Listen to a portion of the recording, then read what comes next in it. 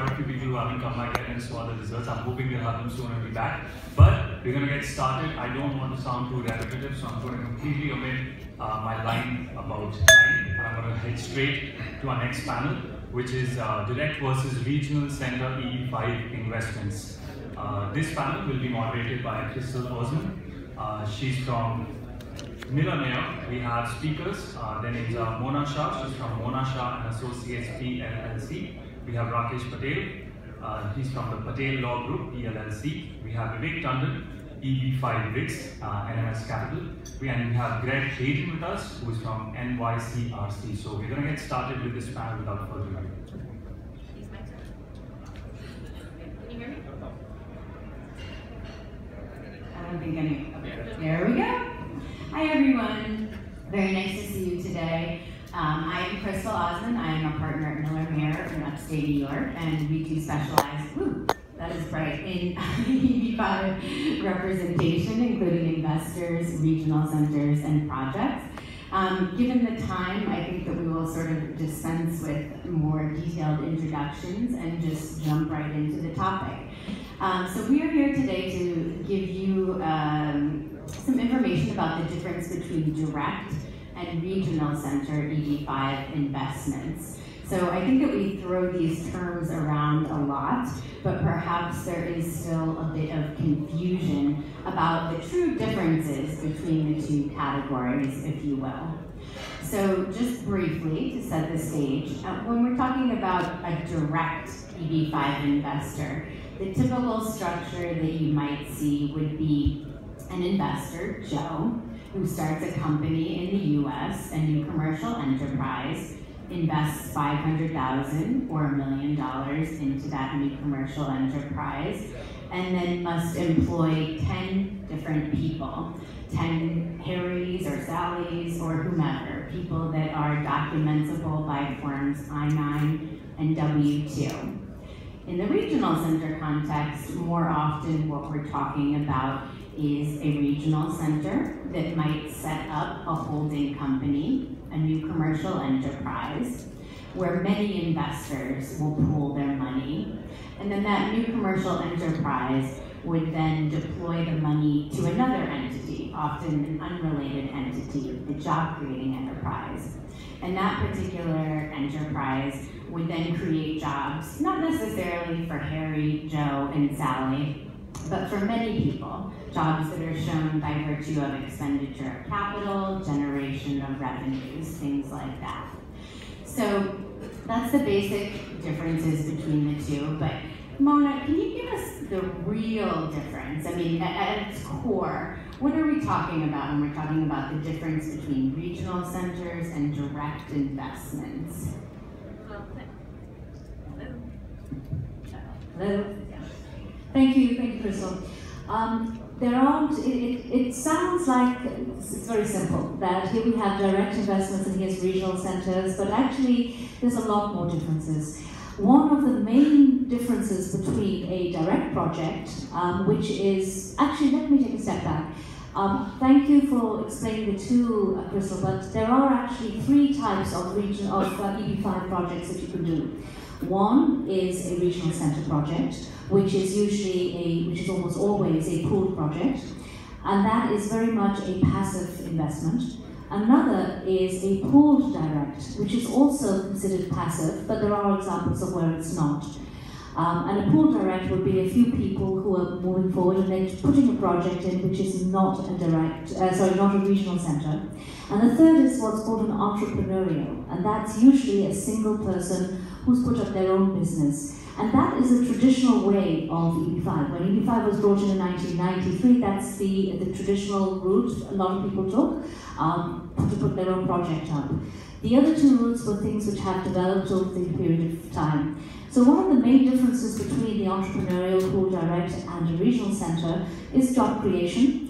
For a regional center, you can use indirect and induced job creation. For a direct type of project, you cannot. You can only have a direct person. And if I put that in a context, for example, of a hotel, in a hotel, the receptionist, or perhaps the person the porter, the doorman, they would all be considered direct jobs. And in a regional centre context, you would be able to count not just these people, but you'd also be able to count perhaps the construction workers who built the hotel, as well as the rubbish men who come and take out the garbage and the rubbish every day, and the cook and the cleaning contractors, etc. So obviously you're getting a lot more jobs in the regional centre context, which in turn allows for a lot more investors.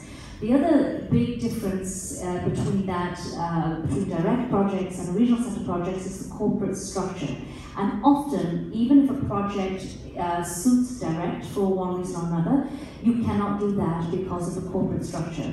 In a direct project, the jobs must flow from the same entity. The job creating entity must flow from the same entity where the investors are. You cannot have a loan. It's usually an equity-based or preferred equity type of setup. I can go on, but I think that the other panelists need some time. Yes, that's exactly right. And so what Mona means is that all of the jobs that are created at the new commercial enterprise in a direct investment must actually be employees of that entity, of its wholly owned subsidiary, or of an entity that's in a joint venture with it. So you can't have these unrelated structures. Interestingly, the vast majority of cases which are denied not because the jobs aren't created, but because they're not created in the right entity. Exactly, exactly. So, Rakesh, I know that there's a lot of confusion about what actually applies to direct versus RC-based investment. So, what about things like TAA's investment amounts? Are there any differences there? So part of that is that whenever you have a TEA, obviously, whether it's a direct or indirect investment, it's still going to apply. So we, in the past, we've done several projects, whether it be through a regional center or it's through a direct investment. If the TEA is still qualified by your economist, which is something that we would always require, and getting the proper authorizations, you're still able to do a direct project in a TEA with all the regulations that Mona was talking about as well, of course. So yes, you can actually do them in both. The investment amounts, obviously, in a TEA are $500,000 as we sit here today. In a non-TEA, or in rural areas, and a non-TEA is $1 million. And so we've done both, and I know a lot of attorneys, and I'm sure everybody up here has seen both types of projects. And so it just depends, once again, on the developer, what they're developing, where they are, but making sure that the analysis is done way ahead of time so you're not getting yourself in a situation where you thought it was going to be $500,000 investments, but you didn't get the proper data or the proper information. Exactly. So, to be clear, I think it's a very common misconception that direct investment is at the $1 million level and regional center is at $500,000, but that is not the case. You could have $500,000 or $1 million in both contexts. Okay, so that's the takeaway. So, Mona, what happens when we talk about these sunsets? The program is going to sunset December 8th again. Are we talking about both types? No. This is the big thing here. The actual EB-5 law is there. It's a law. It's not sunsetting. So technically, direct does not sunset. The only thing which is set to sunset are regional centers, but we don't see that happening. Exactly. So next we're going to look a little bit at what an investor wants when they're doing an investment. And that's really what drives the distinction between choosing a direct investment versus a regional center-based investment. So Rakesh, if I'm an investor and I come to you and I'm maybe not so entrepreneurial, not so interested in being actively involved in an undertaking, what's your advice to you? What do you tell them?